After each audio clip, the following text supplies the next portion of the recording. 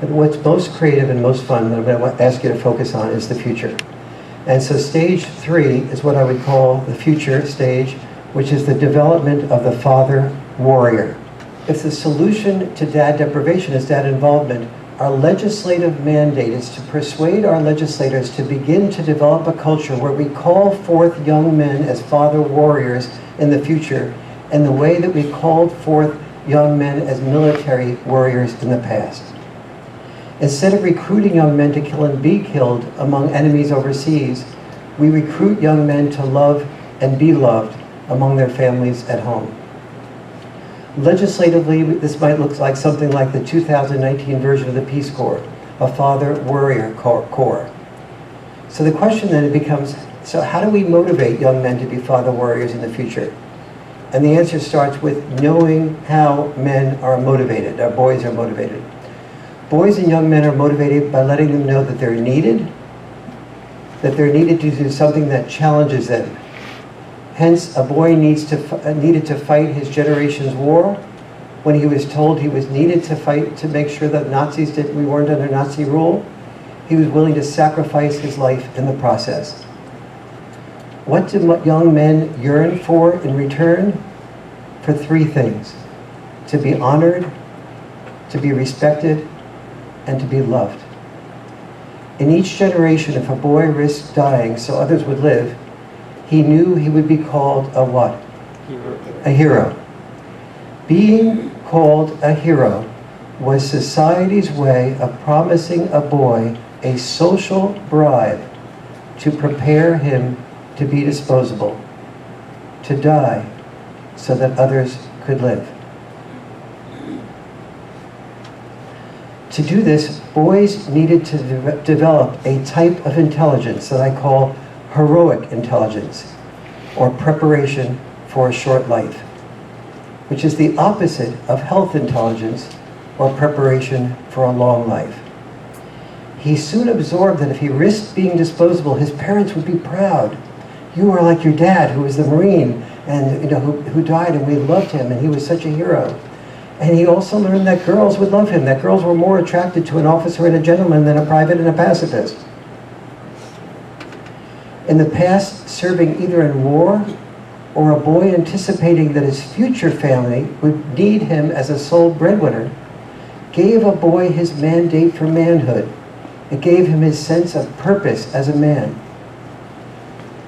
Besides the limitations of heroic intelligence to the boy, that is achieving purpose by being disposable, it's hard to psychologically attach to a boy who we may lose. And it's hard to protect boys who tell us that there's nothing the matter, who never let us know where they are vulnerable, because to do so would undermine their potential for being a hero. Men's weakness is our facade of strength, which is just a hint as to why we haven't cared about boys being hurt. We are almost oblivious to the boy crisis. Today there's good news and bad news. The good news is both that fewer boys are needed to be disposable in war, and more women are sharing the burdens of the breadwinner role. The bad news is that this has left many boys with a purpose void. As boys with a purpose void have become less motivated men, more women are choosing to have children without men. Mothers don't just want one more child to have to support. Additionally, more women are doing one of 2 things. They're either initiating divorce, especially if they're educated, and 2, raising children without their children's dads. Developing legislation such as a Father Warrior Corps to inspire father warriors then is to let boys and young men know that they are needed for a new sense of male purpose. It is not their only sense of male purpose. All the traditional senses are also open to them. But it is a challenge to men to be competently prepared to achieve that purpose in addition to the other senses of purpose. It is to honor and respect and love our sons when they achieve that purpose. So the question might be asked, who needs father warriors? Well, mothers need an involved dad so they don't feel the experience emotionally that I've heard from more single mothers than any other single word.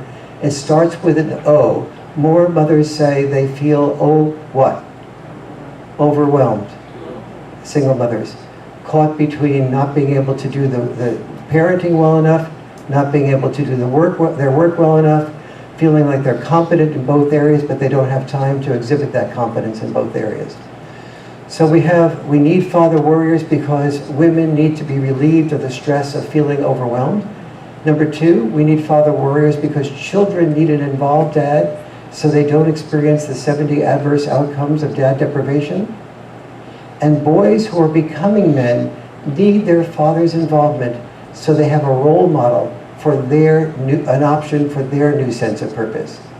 Understanding that the Pew Research Center, when they asked full-time working men, dads, whether they prefer to be full-time working dads or full-time at home, this is full-time working dads. These are not unemployed dads. These are full-time working dads. The Pew Research Center asked, would you prefer to be full-time working dads or full-time with your children?